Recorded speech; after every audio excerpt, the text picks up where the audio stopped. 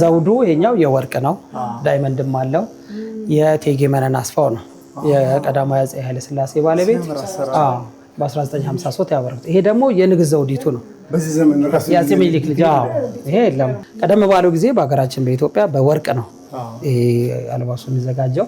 ይሄም ደግሞ ቀላል አረብ ከአርመን ከህንድ በመጡ ማቴሪያሎች እዚህ አዲስ አበባ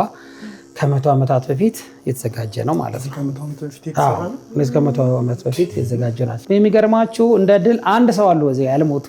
እስካሁን እዚህ ፎቶ ስለ እንደ 1947 ጀምሮት እንደ ይሄ 60 ዓመት አልፎታል አሁን